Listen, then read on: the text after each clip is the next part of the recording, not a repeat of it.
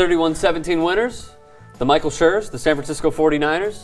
Colin Kaepernick, the read option. It seems like it's finally coming back. He had a rushing touchdown. Yeah, but I think they ran one read option. They scored. They ran a few read options. They ran a few read options, but it's good to see them finally get back to what they're good at, the read option. I mean, like, that is what Kaepernick has to do. They can't make him a pocket passer. He's so much more dynamic. The 49ers are a better team when he's running the ball.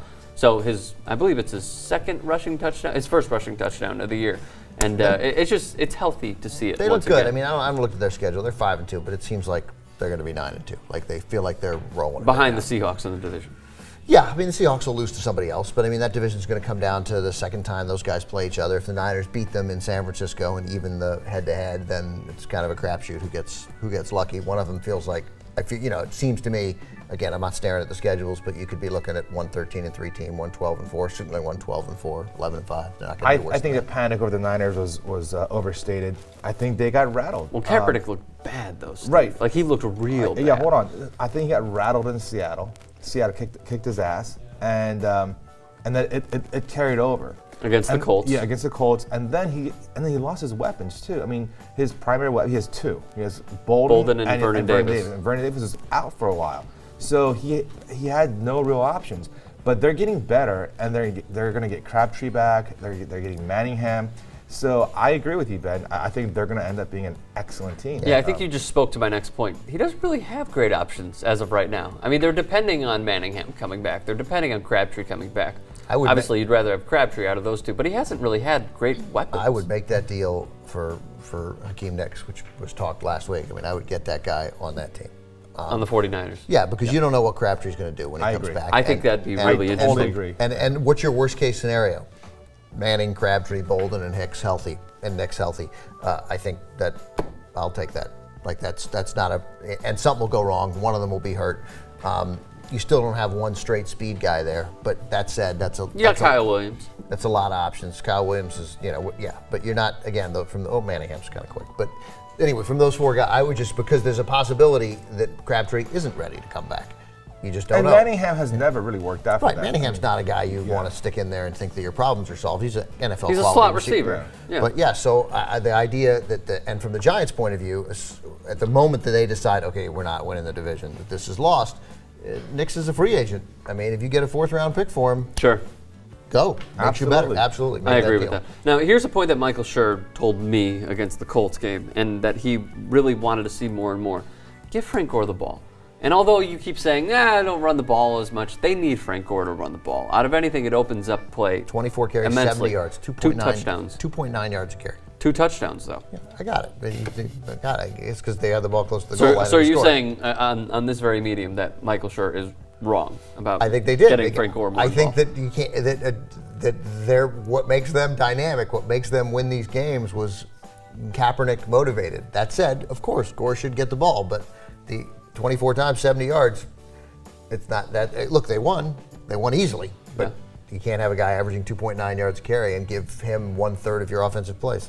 Next week, by the way, San Francisco is in London to play the Jaguars. Tennessee is on a bye. Jake Locker came back on what seems like a short week. I don't know how the hell he came back. For the Jaguars, we got to fly all the way to London. We got a routine. We have literally zero chance. But they get to see London. I mean, that's pretty cool. That's true. That's I don't feel bad for the Jaguars. I feel bad for the folks in London who watch the Jaguars. Why did they send the worst team out? Who's the coach of the Jaguars now? Gus Bradley. Is that his name? Yeah. Gus Bradley? What would be great for him to do would be to say, look, just see London. We're not going to practice. Like, show up on Sunday. We'll play. But, like, enjoy the trip, guys. This is why you wouldn't be an NFL head coach, by the way. We got no chance. Let's just go there. We're going to do basically what we did this week. Let's try and hang in there. We'll try and embarrass ourselves. Like, we'll do a run-through on Saturday. But, like, take a few days, see London. You ever play pickup football when you're like, same play. Same play, every play for the Jaguars. Delia, are you impressed at all with the 49ers? Are you liking what you're seeing? Yeah. I was curious to see how they're going to do this season. After last year and being here in SoCal, you see all the brand new Niners fans that come out of the woodwork. And, Kaepernick came out as a surprise, but as you've seen with quarterbacks that have a good first year in the league, coming into the second year, they kind of get humbled and don't do as well. So, and technically, this is his third year in the league. Right, but it's the second starting. year. No, I understand. Yeah, but starting, and so I don't know. And he had some drama in the offseason with the fan base and the whole Miami hat thing. And I was like, has it gotten to his head? Is that going to affect his play? Sure. You know, thinking coming off of a Super Bowl, is he going to be one of those immature players that can't handle the fame and all the attention? But it looks, at first, it looked like it might have been that case, but now they're looking a lot more solid, a lot stronger, more consistent. So I think they can be a contender. I still like the Seahawks over them. Yeah, I feel like a lot of people do. Yeah. Depends on where that game is. Sure. Well, now they're going to be 6-2. I think Russell Wilson is actually underrated. People love Kaepernick. They're seduced by his amazing physique. But I think Russell Wilson is a really smart quarterback. So as of right now, he's in the year 2013, you would rather have Russell Wilson over Kaepernick? For this year, yeah. For this year, I would. Mm-hmm. You would? Yeah. I mean, Kaepernick might grow to be a better quarterback later, but I think decision making, playmaking, and just running the team, I think Russell Wilson is definitely better. I'd take Kaepernick because I just think, You would? Yeah, I just How think come? because I think he's a much better talent. But and I'll take talent over intangibles.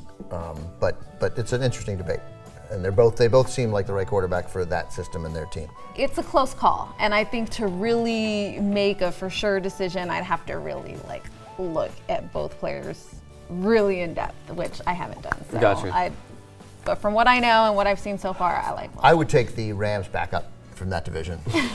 Who's going to be the By starting the way, quarterback? Sam Bradford, he's been completely overrated his entire And now he career. tore his ACL. Yeah, I never thought that guy was any good. We should talk before. I did. I thought he would. We're By the way, almost out of Sam time. Bradford was the last rookie to get a monster rookie contract. Yep. A monster contract. Yep. We should talk about, though, the injuries yesterday were amazing. The level of player. Okay, so Reggie Wayne, torn out- ACL, out for the year. 180 Brian Cushing. 189 straight games for Reggie Wayne. That streak's over. Brian Cushing, torn ACL, out for the year on a block. A guy that went low. That's unfortunate Torn to see. MCL for Brian MCL. Cushing, and he broke his leg also in the same play. So he's out for the year for the second That guy straight year. can't catch a freaking break. I feel he's a good player too. Nick Foles with a concussion. listed- Jermichael Finley, obviously, it was in the intensive care The unit, neck and injury. he's moving his extremities, which is terrific. Doug Martin might be out for the year. We don't know. With a torn labrum, he's out for a significant Who period. you of time. love, of course. I mean, just a remarkable, terrible, You're being awful sarcastic, week right? Yes. for injuries. 6 serious injuries: Cushing, Foles, Bradford, Wayne, Martin, Finley. And we also don't know about Brandon Marshall possibly suffering a concussion. I'm sure that's the concussion. Whatever. There's probably 38 guys with concussions we don't know about. All right, so you're talking season-ending injuries, I assume. Yeah, well, Nick Foles will not a season-ending injury, which I'm sure Eagles fans, some of them will be disappointed. We're to learn. used Yeah, to sure. seeing quarterbacks with head Yeah. injuries at this point.